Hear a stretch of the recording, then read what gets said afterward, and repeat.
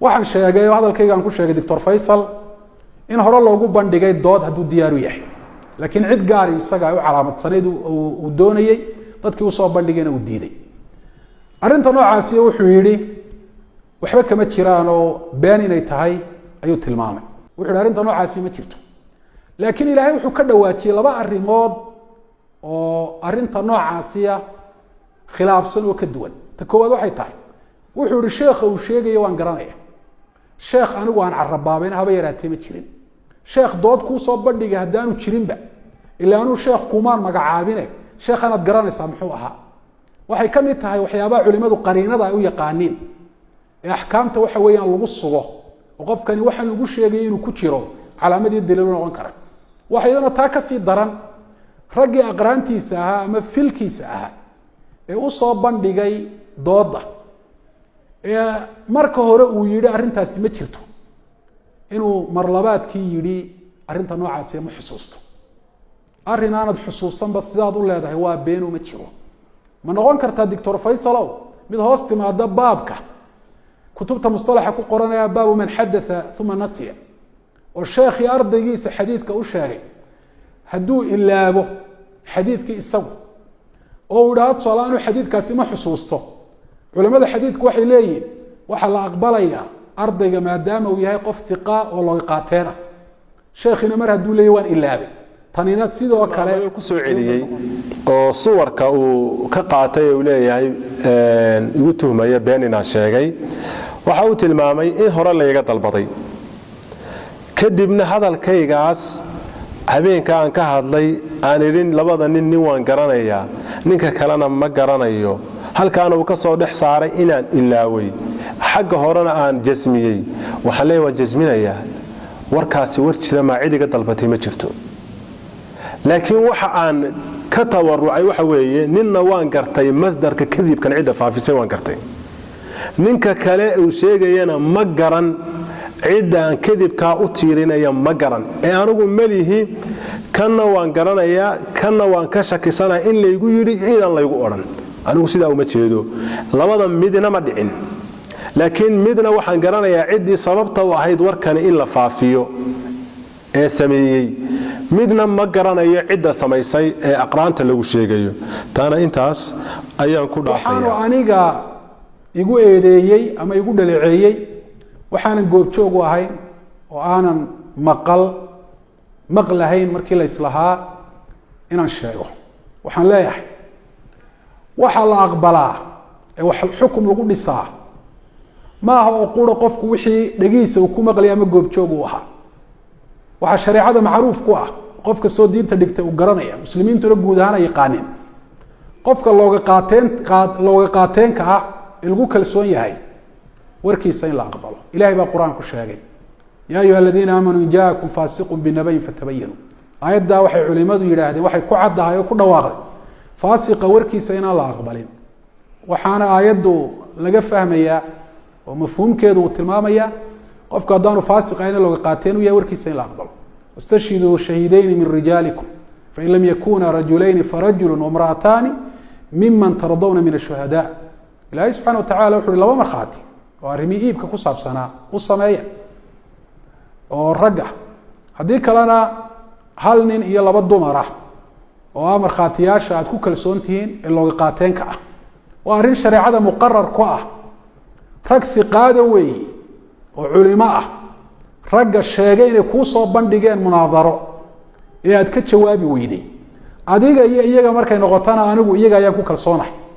laani ma jarabtu calayhim kadiban way wax beena oo iyaga aan ku arkay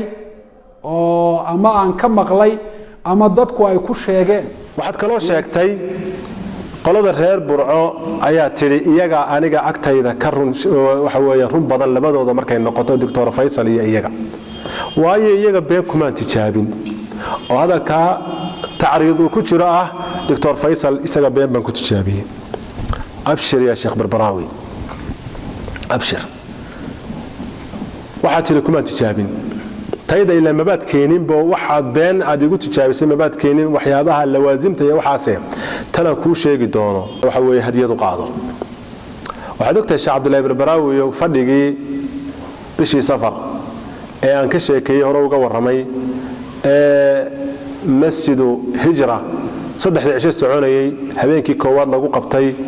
waa kii hore maaha shirkii dambe weynaaye iyadu wax badan ay soo baxeen kii hore ee safar dhacay ee habeenkii hore lagu qabtay markasul ihsaan bacda al-maghrib ila bacda al-isha iyo kadib subaxdiina lagu qabtay masjidu hijra subaxdii dambe dalxiis hotelka dalxiis aynu fadhiisanay iyo waan ka shakisanahay labada ku ahaa waayo laba hodeel isu dhow had wanaag iyo dalxiis labada mid ahaan buu ahaa mid saddexaad ma ahayn aynu fadhiisanay ee qaraaraadka la siyaaqaynayay oo waliba maalinta bayaan la doonayay laga soo saaro qadaayaadkii kalshaale iyo fitankii ka dhacayay in halka la isweydiiyay qaraaraad ma ka dhignaayo ma laga soo saaraa damaaj iyo Yaxya al-Xajuuri iyo dhalinyarada ka timaada ma ka dignaa mise kama digno oo adiga iyo ragaad ku jirtay aad mutaxammis u ahaydeen hal laga digo acyaantooda hal laga digo oo markas ku damaaj hal laga digo oo atbaacda Sheekh Yaxya al-Xajuuri hal laga digo waliba waxaad gashanayd khamiis kafeeya baad gashanayd iyo koofiyad cad waadii sawiranta oo waliba aad ka caafadhiisanaysay aad lahayd nimanka hal laga digo rag kalena ay kugu raacayeen iyadoo qisadaasi dhacday markii Yaxya al-Xajuuri warkaasi uu gaaray dariiqo dooraba ku gaaray in saaxiibada kuwan aad leedahay been kuma tijaabin ay warqad qoreen tawqiicyadoodii iyo saxiixyadoodii ku yaaleen oo la hayo ee Yaxya al-Xajuuri ay u qoreen u direen ay leeyihiin Yaxya adiga iyo markaskaaga iyo atbaacdaada fadhiga iyo ka hor iyo kadib iyo gudihiisa midna waxa weeye laguma soo hadal qaadin ku bishaaraysta ta kadibka sariixa ah adaa ilaahay halka gaarsiiyay ku bishaarayso waxaad kale ku bishaaraysataa saaxiibadaadan aad koolkoolinaysa aad leedahay waana shay dabiici oo isku ururbaatihiin oo waa xisbigaagana waa arkaanta lagu yaqaan taxazubka madmuumka ah in li ajli al-hizb been loo sheego in li ajli al-hizb la isu amaano shay dabiici oo la yaqaan waxaad ogtahay Sheekh Rabi' al-Madkhali jalsadii adiga uu kugu yiri adoo fadhiya uu kugu yiri ya Barbarawi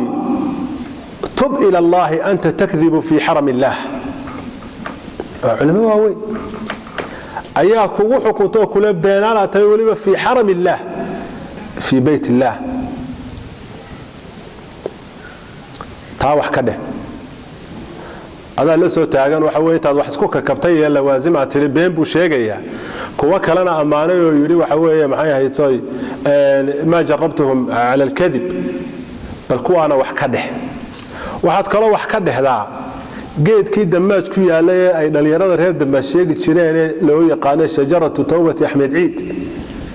geedkii ma garanay xuutiyiintu imika inay gooyeen inuu yaalay dalkaana wax ka dhex ee lagu xukumay leeyahay beenaala tahay beenta ka toobadkeen wal uhdatu ala man naqal anu damaajna ma tagin laakiin de waa shay musattara oo kutub lagu qoray kutubtaasoo waliba Sheekh Yaxya al-Xajuuri lagu qoray adina binashrihi wuxuu idma in la nashriyo baltaana ka jawaab waxa adigoo og iyo balaawida dhex fadhiya ayaa doonaysa inaad cid kale lawaazim tiraahdo waxa weeye maxay tahay beenay sheegeen